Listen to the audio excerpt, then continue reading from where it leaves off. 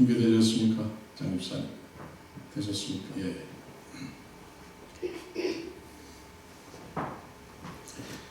한 20년 전쯤에 제가 다니던 교회에 지금은 은퇴하신 이 곽선희 목사님께서 오셔서 부흥 집회를 인도하신 적이 있었습니다.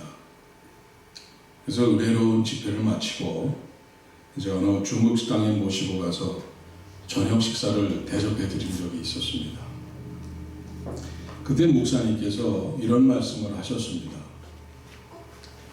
주님께서는 다니시는 곳마다 가는 곳마다 이 병자들과 이 귀신 들려 미쳐있는 자들과 모든 약한 자들에 둘러싸여 다니시며 이 끼니도 제대로 못 드시고 쉬지도 못할 때가 많으셨는데 부족한 저는 가는 곳마다 이렇게 귀한 대접을 받고 이렇게 좋은 분들을 만나게 해주시니 얼마나 감사하지만은 참 주님 생각할 때 죄송한 마음이 듭니다. 이런 말씀을 저한테 하시더라고요. 그러면서 그 감사한 마음을 이렇게 표현을 하셨습니다. 바로 오늘 본문이 바로 그러한 장면을 저희들에게 보여주고 있습니다. 우리 다 같이 본문 32절, 33절 한번 읽겠습니다. 다 같이 읽습니다. 그들이 나갈 때에 귀신 들려 말 못하는 사람을 예수께 데려오니 귀신이 쫓겨나고 말 못하는 사람이 말하거늘 무리가 놀랍게 여겨 이르되 이스라엘 가운데서 이런 일을 본 적이 없다 하되. 예수님께서는 지금 온종일 너무나 바쁘고 이 힘든 하루를 보내시고 지친 몸을 끌고 집으로 돌아오셨는데 두 맹인이 따라 들어와서는 또 그들까지도 다 고쳐주셔서 이렇게 다 내보내셨습니다. 이제 좀 겨우 좀 짬을 좀 내서 조금이라도 좀 쉬시려고 하시는데 또 다른 사람이 귀신 들려서 말 못하는 이런 벙어리를 또 하나 또 한 사람을 데리고 들어왔습니다. 그러나 예수님께서는 한마디도 거절하거나 이렇게 돌아가라는 말씀 안 하시고 귀신을 내어 쫓아주시자 그래서 이 말 못하던 사람이 말을 하기 시작을 합니다. 그러니까 예수님을 따라왔던 모든 사람들이 깜짝 놀라면서 이스라엘에서는 도대체 이러한 일을 본 적이 없다 하면서 그야말로 감탄과 감동을 쏟아내는 것이 오늘의 이 방금 읽으신 본문의 내용입니다. 우리가 오늘까지 마태복음 9장 묵상을 마칩니다. 근데 9장에 들어와서 주님께서 하신 일들을 한번 순서대로 한번 생각해 보십시오. 중풍병자를 고쳐주셨습니다. 이 12년 동안 혈루증을 앓고 죽어가던 여인을 고쳐주셨습니다. 회당장 야이로의 딸이 죽어서 곡을 하고 있는데 직접 가셔서 손을 잡아서 일으켜 세워 다시 살려주셨습니다. 두 맹인의 눈을 뜨게 해주셨습니다. 그리고 마지막으로 오늘 본문에 나오듯이 귀신 들려 말 못하는 사람을 말하게 해주셨습니다. 듣게 해주셨습니다. 바로 이 이사야 선지자가 예언한 대로 메시아가 오셨을 때에 일어날 기적들을 그대로 보여주시고 다 이루어지시게 하는 이 놀라운 역사를 이 마태복음 9장에서 다 보여주시고 계시는 것입니다. 지난주에 보셨듯이 이사야 35장 5절 6절을 보니까 이렇게 나와 있지 않습니까? 그때 맹인의 눈이 밝을 것이며 못 듣는 사람의 귀가 열릴 것이며 그때에 저는 자는 사슴같이 뛸 것이며 말 못하는 자의 혀는 노래하느니 이는 광야에서 물이 솟겠고 사막에서 시내가 흐를 것입니다. 허벌판 광야에서 물기둥이 치솟고 아무것도 없이 모래밖에 없는 사막의 한복판에 갑자기 없던 시내가 흐르는 이런 놀라운 일이라는 것입니다. 그래서 예언된 대로 말씀하신 대로 다 이루어지신 것입니다. 바로 오신다고 약속된 이 메시아시면서 전능하신 하나님 만왕의 왕 우리 주님이심을 확실히 지금 증거하고 계신 것입니다. 이사야 선지자는 예수님 오시기 전 무려 700여 년 전에 이 예수 그리스도에 대한 예언을 처음부터 끝까지 아주 세세하게 이렇게 이사야서의 그 책에 기록하고 있습니다. 이사야 7장 14절입니다. 그러므로 주께서 친히 징조를 너희에게 주실 것이라. 보라, 처녀가 잉태하여 아들을 낳을 것이요 그의 이름을 임마누엘이라 하리라. 이사야 9장 2절입니다. 흑암에 행하던 백성이 큰 빛을 보고 사망의 그늘진 땅에 거주하던 자에게 빛이 비치더라. 또 이사야 선지자는 예수 그리스도께서 누구신지도 정확히 기록했습니다. 이사야 9장 6절입니다. 이는 한 아기가 우리에게 낳고 한 아들을 우리에게 주신 바 되었는데 그의 어깨에는 정사를 메었고 그의 이름은 기묘자라 모사라 전능하신 하나님이라 영전하시는 아버지라 평강의 왕이라 할 것이니라. 그리고 아까 읽었던 이사야 35장 5절 6절에 주님께서 오셨을 때 일어날 놀라운 일들을 바로 오늘 마태복음 9장에 나오는 이 기적들을 하나도 빠뜨리지 않고 자세하게 예언했던 것입니다. 그리고 예수님께서 왜 돌아가셔야 했는지, 왜 어떻게 돌아가셨는지를 또 자세히 전했습니다. 이사야 53장 4절입니다. 그는 실로 우리의 질고를 지고 우리의 슬픔을 당하였거늘 우리는 생각하기를 그는 징벌을 받아 하나님께 맞으며 고난을 당한다 하였노라. 그가 찔림은 우리의 허물 때문이요 그가 상함은 우리의 죄악 때문이라. 그가 징계를 받음으로 우리는 평화를 누리고 그가 채찍이 맞음으로 우리는 나음을 받았도다. 이렇게 예수님에 대해서 처음서부터 끝까지 세세하게 기록된 것이 바로 이사야서입니다. 정확하게 기록되어 있었습니다. 오늘 본문에 나오는 바리새인들은 예수님께서 공생애를 시작하시면서부터 뒤쫓아다녔습니다.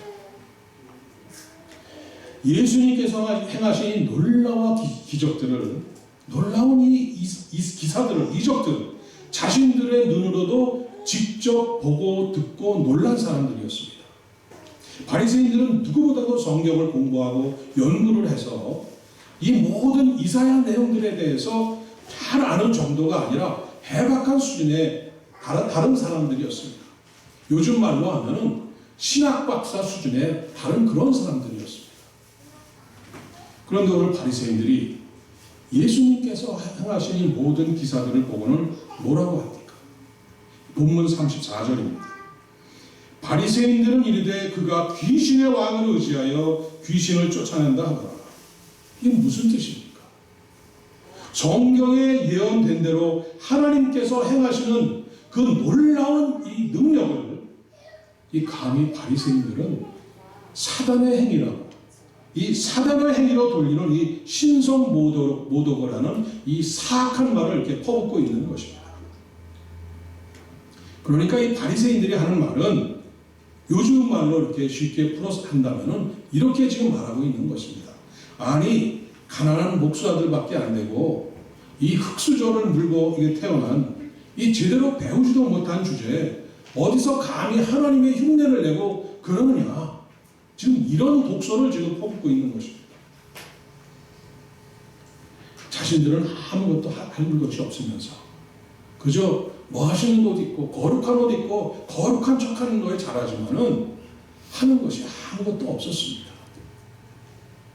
예수님께서 그 놀라운 일들을 행하시면서 많은 사람들이 둘러싸여 다니시는 것을 보고는 이 시기심과 질투심이 터져나온 것입니다.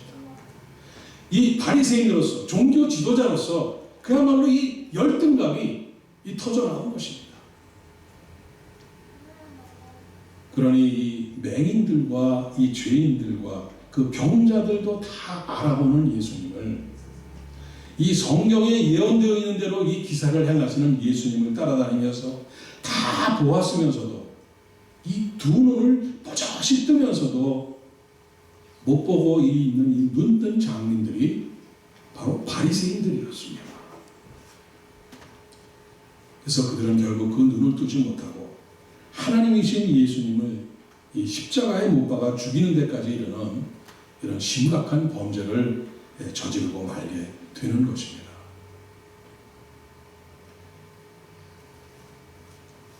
예수님께서 가장 경계하시면서 가장 싫어하셨던 것이 무엇이었습니까?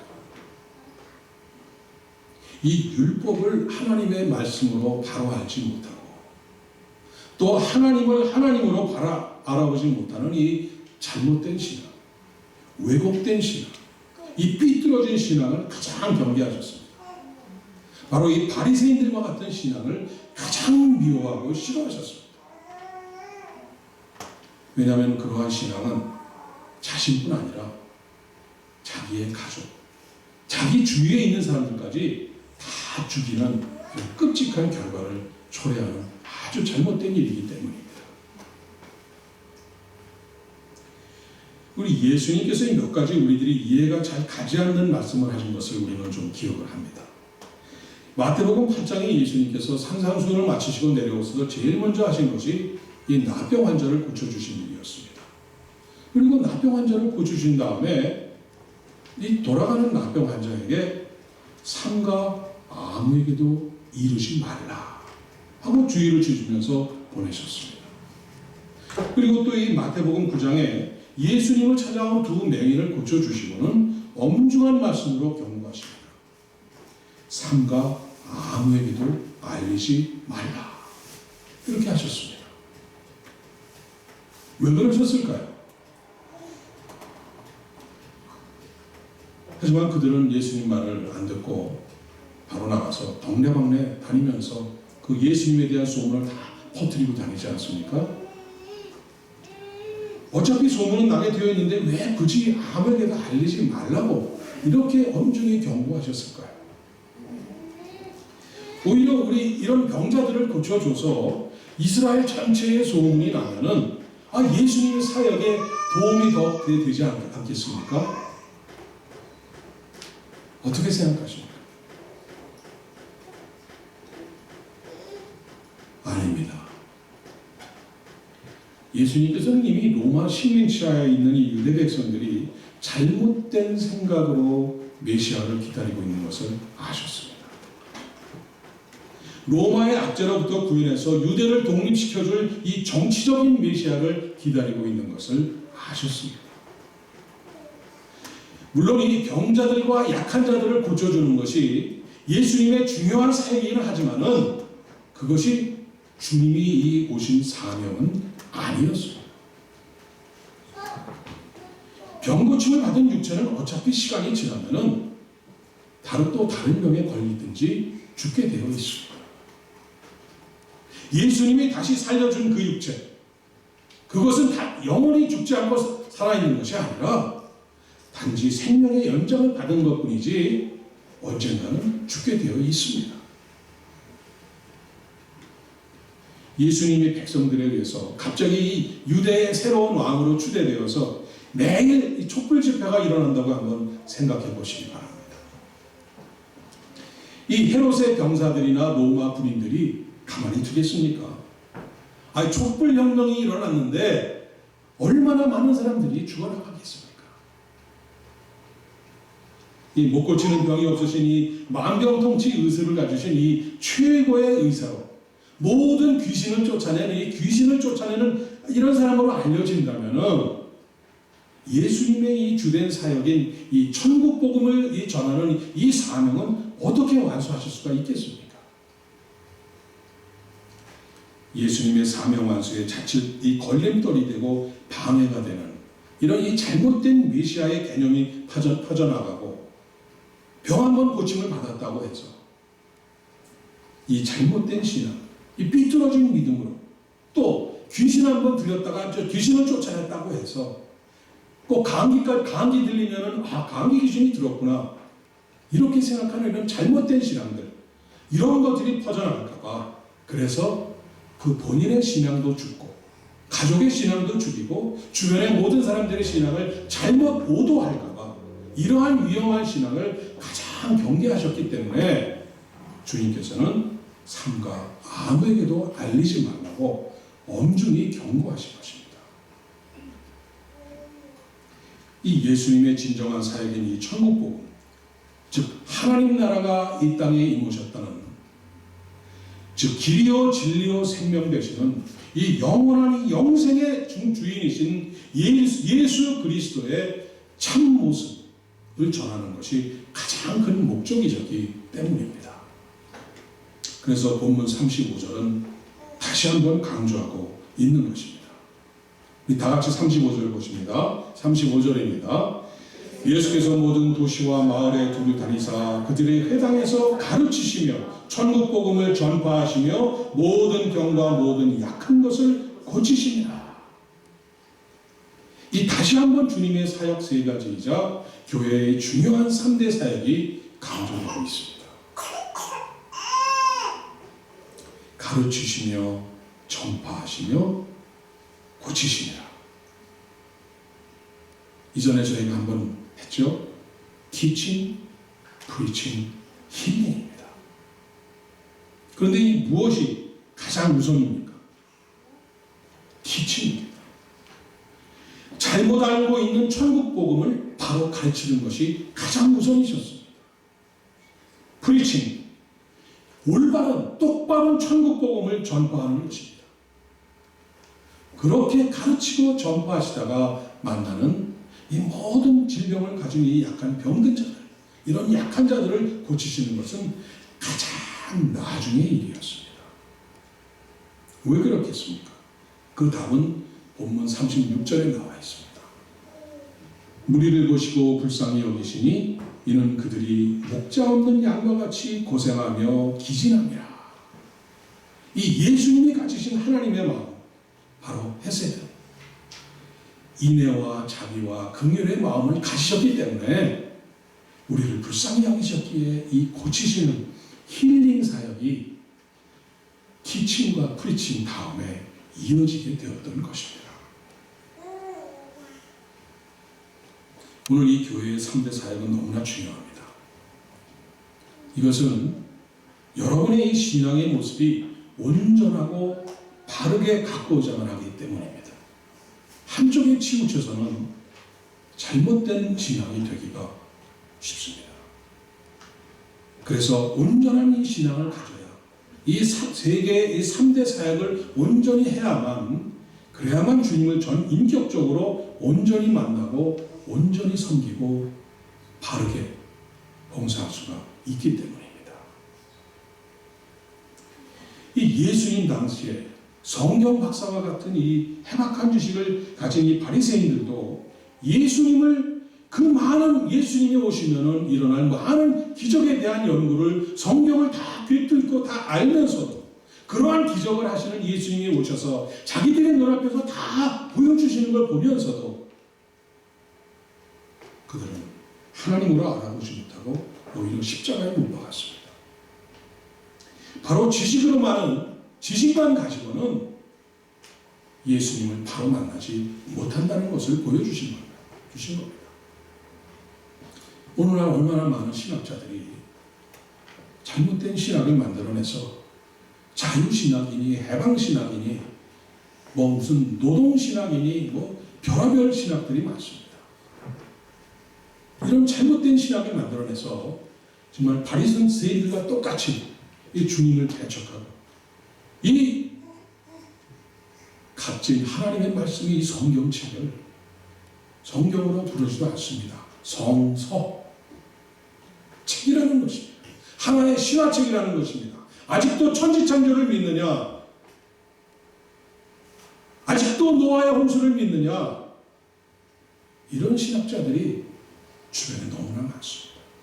그러면서 이 성경책을 텍스트북으로 추락시키고 있습니다. 얼마나 많은 교회와 많은 이 교회 지도자들이 잘못된 지식과 또 이 삐뚤어진 가르침을 통해서 이 교회를 무너져 내리게 하고 있는지 우리들은 이 가슴을 치면서 오늘 아파하면서 우리 주변에서 매일매일 보고 듣고 있는 이런 현실 아닙니까? 바르게 배우고 바르게 가르침을 받고 바르게 가르치는 것은 너무나 중요합니다. 그러나 티칭을 받는 것, 성경 공부 하나만 가지고는 온전한 주님의 모습을 만날 수 없습니다. 그 다음에 프리칭, 말씀이 선포되고 전파되어야 합니다. 바로 말씀이 선포된다는 것이 무엇입니까? 예배가 있어야 됩니다. 선포되는 말씀에 순종해서 우리는 전도와 선교, 교육과 봉사, 이 친교와 구제의 사명을 감당해야 됩니다. 이 말씀 선포와 그에 대한 순종이 없을 때 우리는 주님을 만날 수 없고, 이 교회가 존재하는 교회의 존재 근거가 없어집니다.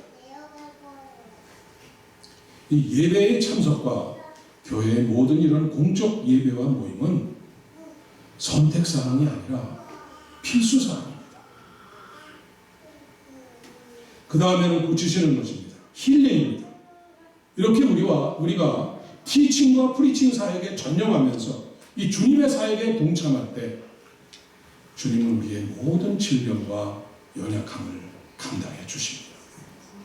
우리가 주님의 일을 할 때 주님은 우리의 일을 책임져 주십니다. 그래서 우리가 엎드려 간구할 때 주님은 우리의 모든 기도와 간구를 들어주십니다. 모든 이 상처와 쓴뿌리를 제거해 주십니다. 수십 년 된 아픔도 다 씻어주십니다. 그리고 질병도 치유해 주시고, 아무리 불치병이라도 주님께서는 못 고치시는 병이 없습니다. 죽은 자도 살리시는 분입니다. 모든 질병을 치유해 주시고 모든 것을 회복시켜 주십니다. 바로 주님 안에서 전인적인 힐링이 일어나게 되는 것입니다. 이렇게 우리가 티칭 안에서, 말씀 안에서 주님을 만나고, 프리칭, 이 예배와 말씀 안에서 순종함으로 이렇게 행하는 가운데 또 우리가 주님을 만나게 됩니다. 그리고 우리가 엎드려 간구하고 눈물로 기도할 때 우리를 치유하시고 회복하시는 이 힐링 가운데 주님을 또 만나게 됩니다. 그렇게 이 세 가지의 이 균형 잡힌 이런 행함 가운데, 실천함 가운데 우리는 전인적으로, 전인격적으로 주님을 다시 만나게 되고 우리의 신앙은 온전히 주님을 닮아가게 되는 것입니다. 다시 말해서 하나님께서 우리 인간에게 주신 세 가지가 있습니다. 지, 정, 의. 뭔지 아시죠? 지성과 감정과 의지를 다해서 주님을 만나는 이 온전하고 아름다운 믿음으로 주님의 장성한 분량에 이르게 된다는 것입니다. 아멘. 아멘. 예. 우리 다 같이 본문 36절 보십니다. 36절입니다. 무리를 보시고 불쌍히 여기시니 이는 그들이 목장 없는 양과 같이 고생하며 기진함이라. 예수님께서는 이 공생의 기간 동안 이 불쌍한 영혼들에게 아주 많은 이 지극한 관심을 보여주셨습니다. 이 그러한 관심을 한마디로 표현한 것이 오늘 본문에 나온 대로 불쌍히 여기시니입니다. 이 옛날 성경에 보니까 이 불쌍히 여기시니를 민망히 여기신다고 이렇게 표현하고 있었습니다. 그래서 여기서 민망히 여긴다는 뜻은 우리 인간의 감정의 모든 근원이 이 심장, 또 내장, 간장 등 이런 우리 이 오장 육부에서, 이 내 안에 있는 이 폐부에서 우리의 모든 이 감정이 일어난다고 이렇게 생각을 했습니다. 그래서 이 민망히 여긴다는 뜻은 정말 온 오장육부가 흔들릴 정도로 이런 뜨거운 감동을 받았다는 그러한 뜻입니다. 그래서 여기서 이 불쌍히 여기신다는 것은 주님께서 순간적인 충동이 그렇게 일어났다는 것이 아니라 정말 이 상대의 아픔에 깊이 동참하고 그리고 그 아픔을 제거해주고 싶어 하시는 그런 강렬한 이 감정이 정말 마음 깊숙이서부터 이 deep down in his heart, 이 마음 저 밑바닥에서부터 막 온몸이 떨릴 정도로 우러났다는 그러한 말씀을 이렇게 표현하시는 것입니다. 그런데 이 주님께서 불쌍히 여기시는 감정은 단지 눈먼자나 중풍병자나 또 이 귀신 들린 자나 이 벙어리 이러한 이 병자들을 보고 그저 불쌍히 여기셨다는 그런 것도 있지만은 사실은 오히려 이 권력을 가진 자, 이 세리들로부터 온갖 박해와 수탈을 당하고 잘못된 종교 지도자로부터 이 잘못된 가르침을 받고 사회적으로는 멸시와 천대를 받고 또 이 소외당하는 이 백성들의 이 지친 생활을 보시고 주님께서 불쌍히 여기셨다는 그런 뜻이 있습니다. 바로 여러분들이 이 각박한 오늘을 살아가시면서 얼마나 이 힘들고 또 서러움 받을 때도 있지 않습니까? 정말 누구에게든 말 못하는 그런 서러운 것을 가지고 집에서 이불 뒤집어 쓰고 우실 때 없으셨습니까? 이런 여러 가지 말 못할 그런 아픔들을 이 이민 세상에서 살면서 이런 것들을 주님께서 다 아시고 계신다는 것입니다. 이런 것들을 주님께서 불쌍히 여기시는 마음으로 지금 알고 보시고 계신다는 것입니다. 또한 이렇게 교회가 핍박받고 기독교인들이 눈치 보며 살아가는 오늘의 세상에서의 삶을 주님께서 다 아시고 계신다는 것입니다. 또 하나는 이 무엇보다도 이 영적으로 깊은 절망과 실망 속에서 허덕이면서 갈 바를 몰라 이 방황하는 영혼들의 이 비참한 실상 때문에 주님께서는 불쌍히 여기셨던 것입니다. 바로 오늘날 주님을 제대로 만나지 못해서 방황하는 사람들, 또 깊은 상처와 쓴뿌리 아픔으로 인해서 아파하는 여러분들을 주님께서 이해하신다는 것입니다. 그로 인한 이런 육신적인 질병과 연약함도 주님께서 불쌍히 여기시고 다 아신다는 것입니다.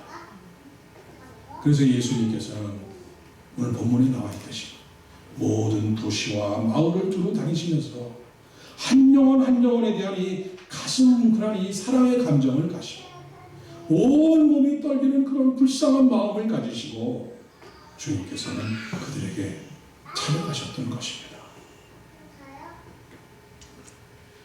오늘도 주님께서는 우리들을 찾아오셨습니다. 여러분 한 분 한 분을 찾아오셨습니다. 여러분들보다 여러분 자신을 더 잘 알고 계시는 주님이 지금 여러분 곁에서 찾아오셨습니다. 나도 모르게 바리새인과 같이 율법적이고 의례적으로 변했는지 모르지만은 주님께서는 불쌍히 여기시면서 바로 잡아주시겠다고 찾아오셨습니다. 주님을 전인격적으로 만나지 못하고 주님을 단편적으로 알고 판단해서 삐뚤어져 버린 이런 안타까운 신앙의 모습을 갖고 있는 분들을 불쌍히 여기시면서 주님께서 찾아오셨습니다. 주님께서는 우리들의 신앙을 바로 잡으실 뿐 아니라 우리들의 연약함과 우리들의 정말 이 안타까운 육체의 이 질병까지도 주님께서 불쌍히 여겨주셔서 고쳐주시겠다고 찾아오셨습니다. 주님께서는 말씀하십니다. 수고하고 무거운 짐진 자들아 다 내게로 오라. 내가 너희를 쉬게 하리라. 사랑하는 여러분, 사순절 기간입니다. 경건과 기도의 시간이 이어지고 있습니다.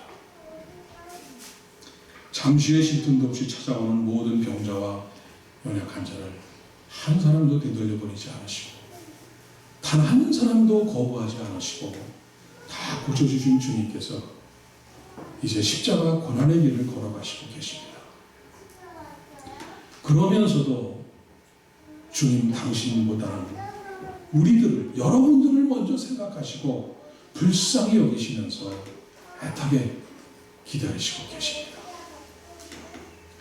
여러분들이 애비 없는 자식같이 목자 없는 양과 같이 고생하면서 기진하신 것을 아시고 손을 내밀어 여러분을 붙잡아 주시려고 찾아오셨습니다. 이제 여러분의 믿음을 주님 앞에 담대하게 고백하며 여러분의 믿음의 손을 내밀어서 주님의 손을 붙잡으시기 바랍니다. 주님을 전인적으로 만나는 여러분이 되어서 천국 복음을 전하는 주님의 동역자로 서시기를 주님의 이름으로 간절히 축원드립니다. 기도하겠습니다. 잠시도 쉬지도 못하시고 끼니도 제대로 드실 시간도 없이 오로지 저희들을 불쌍히 여기시며 사랑하신 아버지 하나님, 졸지도 주무시지도 않으시며 자녀들을 돌보시기에 여념이 없으신 아버지 하나님의 그 크신 사랑 앞에 그저 할 말을 잃습니다. 그럼에도 십자가의 고난의 길을 아프다, 힘들다는 한마디 말씀도 없이 걸어가시며 오히려 저희들을 불쌍히 여기시며 민망히 여기시고 측은히 여기시사 찾아오신 주님, 감사합니다. 사랑합니다. 주님, 주님이 내미시는 손을 저희들의 손을 내밀어 잡습니다. 이제 주님의 고난의 길도 십자가 뒤에 영광의 길도 같이 가겠습니다.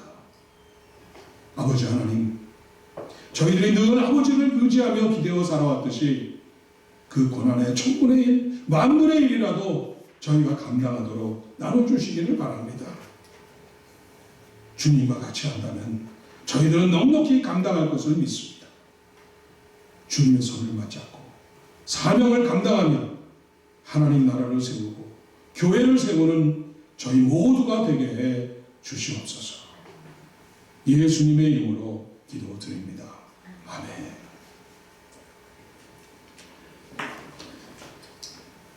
다 같이